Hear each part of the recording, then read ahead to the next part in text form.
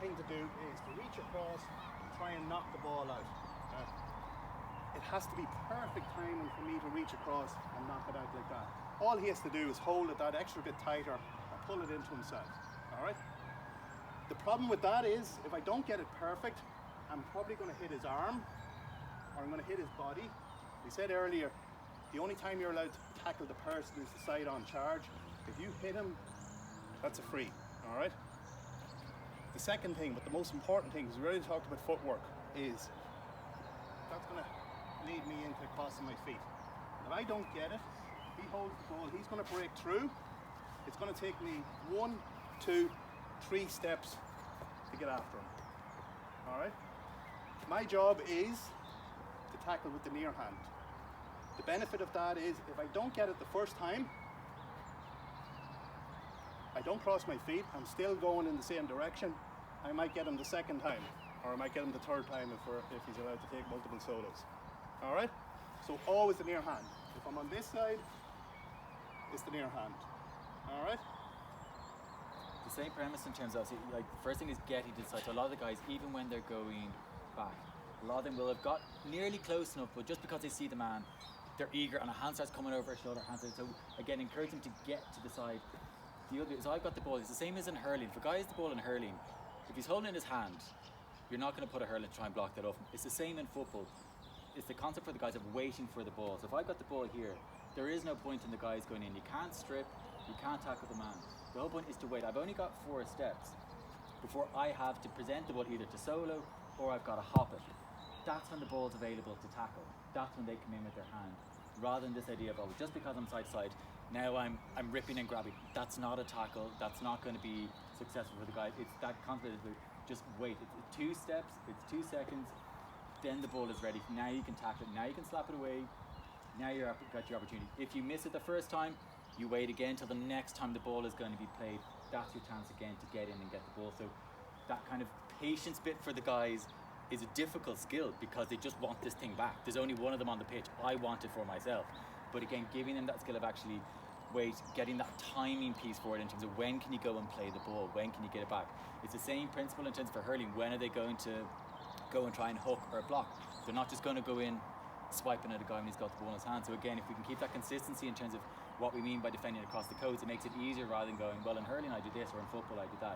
It's the same waiting for the ball, then try and execute the tackle. Did you see the clip the other day that I think Rory put up where we sent that with the teddy bears? Kids brought their teddy bear to training, and one of the things was they had to hold their teddy bear while making a tackle. So if I was holding my teddy bear in my strong hand, or on this side, that's gone, that's out of action. So it's going to be a near hand tackle, all right? The one other concept I'm going to give you is the hula hoop, all right? And it's back to Paul's point about getting into position to make a tackle. The tackler should imagine a hula hoop around the player with the ball.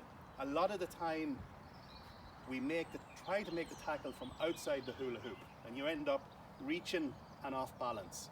So the concept is you get inside the hula hoop before you make the tackle. All right, that's going to be one you're going to have to work with over time with the kids. It's probably a little bit further down the line. All right. What I want you to do now, the first part of this is learning the timing part of it and learning this. There's one part of it we didn't talk about. So what I want you to do with your partner, you're going to practice. Paul's going to take 4 steps. Do this walking speed, right? 4 steps. The concept I want you to think about now is jump in the queue. So there's your buddy in the queue for the sweet shop, and all I want to do is after 4 steps, I jump in. All right? That's the timing. That's when the ball is going to be out of his possession. If I can step across him, it's easier to make the tackle, but it also puts me in pole position to go and get the ball.